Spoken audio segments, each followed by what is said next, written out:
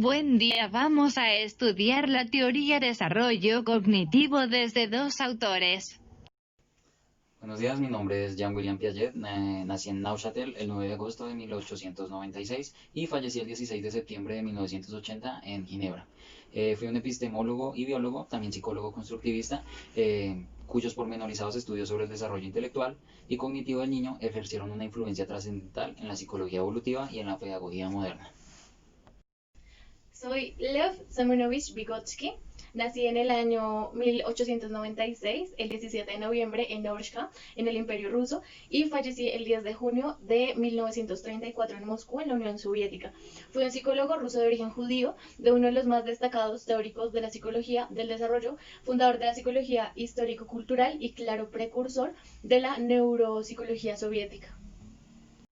¿Cómo conciben el conocimiento y su proceso? Bueno, pues yo concibo el enfoque del desarrollo cognitivo desde un enfoque constructivista. ¿Qué quiere decir esto? Que el conocimiento se da por aportaciones continuas del sujeto que interactúa con su medio, con el fin de construir y reconstruir esquemas mentales o conocimientos pasados. Decimos que existe un medio ambiente y que está en constante interacción con el sujeto. Este genera conocimientos determinados y genera un equilibrio. Tiene como fin adaptarnos al entorno. Entonces, pues de esta definición tengo unos conceptos fundamentales. El primero es el concepto de esquema. ¿Qué son los esquemas? Que son un conjunto de acciones físicas, operaciones mentales, conceptos o teorías con las cuales organizamos y adquirimos la información sobre el mundo.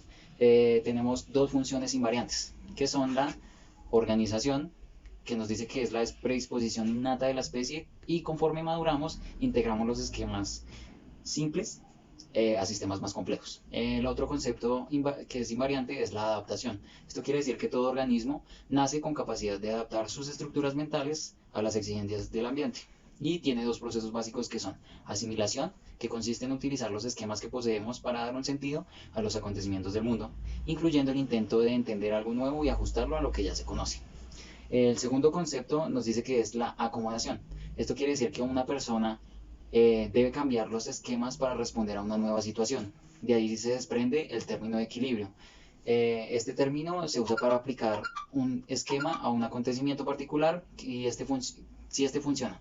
Entonces, si el resultado no es satisfactorio, no es lo que esperamos, hay un desequilibrio y por ende nos vamos a sentir incómodos.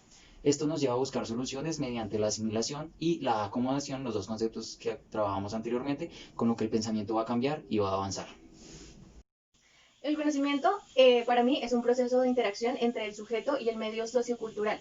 Desde mi perspectiva, no se construye de un modo individual, como propuso Piaget, sino que se construye entre las personas y a medida que éstas interactúan. Las interacciones sociales con compañeros, adultos más conocedores, contribuyen el medio principal del desarrollo intelectual. El niño de por sí ya nace con habilidades mentales como la percepción, la atención y la memoria. Y mediante estas interacciones, estas habilidades innatas se transforman en funciones mentales superiores. Entonces, para darles un ejemplo, en este caso, el avión de papel, un niño tiene que hacer un avión de papel. En este caso, para él va a ser muy difícil si de pronto no ha visto cómo se hace y demás, pero si tiene la compañía de un adulto más conocedor que le muestre cómo se hace, para el niño va a ser muy sencillo. ¿Cómo nace el ser humano para usted? Para mí, el ser humano al nacer es un individuo biológico, en primer lugar. Este se encuentra en un estado de desorganización que deberá ir organizando a lo largo de las etapas del desarrollo de su vida. El ser humano, al nacer, es un individuo social, con habilidades mentales como la percepción, la atención, la memoria. Tiene una percepción organizada, puesto que está dotado para dirigir a estímulos humanos y para establecer interacciones sociales. El niño, al ir madurando, aprende a utilizar las herramientas y el pensamiento de cada cultura, que cada cultura aprecia. Bien, en este caso no existen patrones universales del desarrollo, pues la cultura dan prioridad a distintas clases de herramientas, las habilidades intelectuales y convenciones sociales. Las habilidades intelectuales necesarias para sobrevivir en una sociedad de alta tecnología serán totalmente distintas a las que se requieren en una sociedad predominante donde es agraria. Bien, en este caso, pues, al igual que Piaget, esta teoría también se basa en el constructivismo, pero yo la llamo zona de desarrollo próximo, lo que se conoce como ZDP. Un ejemplo para entender mejor las dos posturas es si un profesor intenta enseñarle un concepto u operación antes que esté mentalmente listo, se producirá lo que Piaget llama aprendizaje vacío. Por el contrario, Vygotsky, 1978, afirmó que la instrucción debe centrarse en el nivel potencial de desarrollo, o sea, en la competencia que el niño demuestra con la ayuda y la supervisión de otros. Al respecto dice: el único buen aprendizaje es aquel que se anticipa al desarrollo del alumno. ¿Cómo interpreta el desarrollo del ser humano? En el desarrollo del ser humano hay un proceso de socialización. Decimos que este es el conjunto de todas las transformaciones que se dan en el transcurso de la vida, por el cual se aumentan los conocimientos y las habilidades para percibir, pensar y comprender. Yo tengo una teoría del desarrollo sociocultural. Es que cualquier aprendizaje es resultado de las interacciones con otras personas y su ambiente social. Así, la construcción biológica genética que tenemos va a jugar un papel importante del desarrollo cognitivo del individuo. Esta es la base del pensamiento y el lenguaje que se van a desarrollar. No es posible la evolución de una especie sin una influencia cultural. Es esto porque existen creencias, hábitos, lenguajes, costumbres diferentes dependiendo pues del lugar donde nacemos. Esto se denomina la teoría cultural o sociocultural. Tiene dos funciones mentales, unas son las superiores y otras son las inferiores. Las inferiores son las naturales, las que nos determina la genética y son limitadas y condicionadas por lo que podemos hacer. Las superiores se desarrollan a partir de las interacciones sociales y a mayor interacción, pues mayor conocimiento y son medidas culturalmente. El individuo no se relaciona únicamente en forma directa con su ambiente, sino a través de las interacciones con los demás individuos. ¿Qué depende la potencialidad cognoscitiva del sujeto? Bueno, pues depende prácticamente de la etapa de desarrollo en que se encuentra el sujeto. En mi teoría cognoscitiva denominé 4 estadios, los cuales el primero es el estadio sensorio-motor, que va desde los 0 a los 2 años. En este estadio o en esta etapa, el bebé se relaciona con el mundo a través de los sentidos y la acción involuntariamente. También se trabaja mediante la imitación. De esta etapa sacamos varios subestadios. El primer subestadio es la ejercitación de los reflejos, que va desde los 0 al primer mes. En este subestadio, los reflejos son acciones innatas de supervivencia y los primeros 2 meses de vida son adaptativos, pero se da el estímulo y después sin él. En el subestadio 2 se encuentran las reacciones primarias circulares, que va desde el primero al 4.º mes. Esta etapa quiere decir que el bebé repite la conducta que le generó placer y se denomina primaria porque se genera directamente con el cuerpo. En el subestadio 3 tenemos las reacciones circulares secundarias, que va desde los 4 a los 8 meses.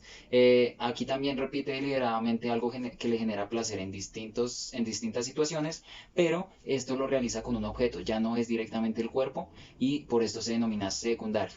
En el subestadio 4 tenemos que está el concepto de coordinación de esquemas secundarios, que va desde los 8 a los 12 meses y en este subestadio adquiere movilidad y conductas más deliberadas con un propósito ya definido.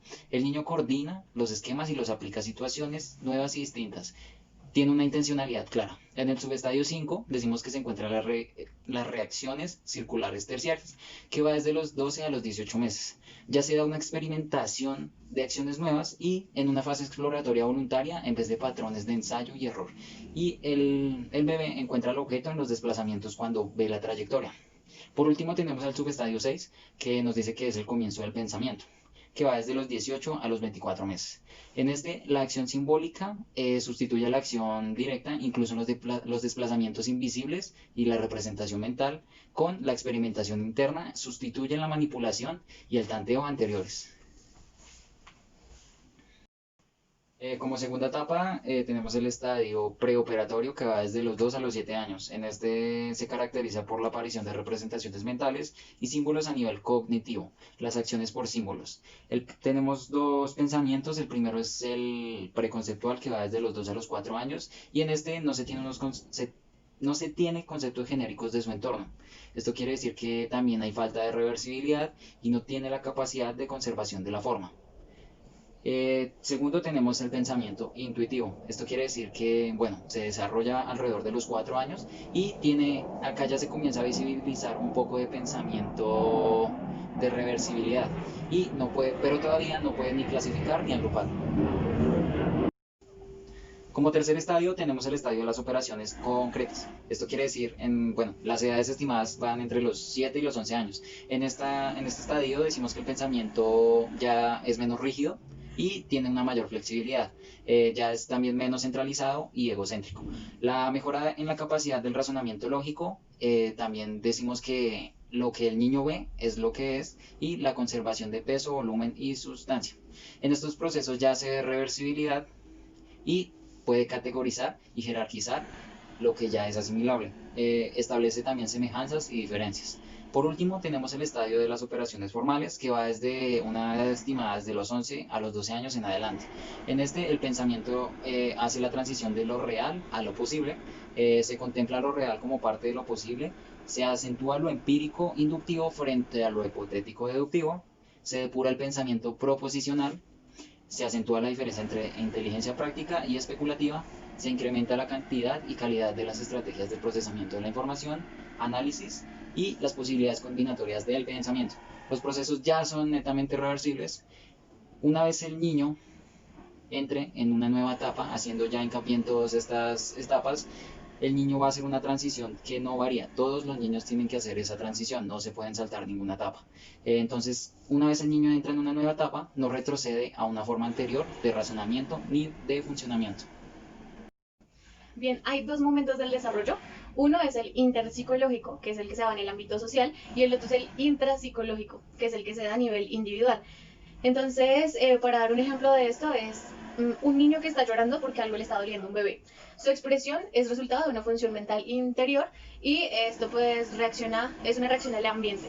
Y ya cuando el niño se va desarrollando y demás y está llorando para llamar la atención, es una forma de comunicación, y esto se da solo en la interacción con los demás. Cuando el llanto ya se empieza a volver intencional, el niño lo está usando para comunicarse y ya hablamos de una función mental superior, que era lo que les mencionaba anteriormente, que aquí es cuando pasa de interpsicológico a intrapsicológico.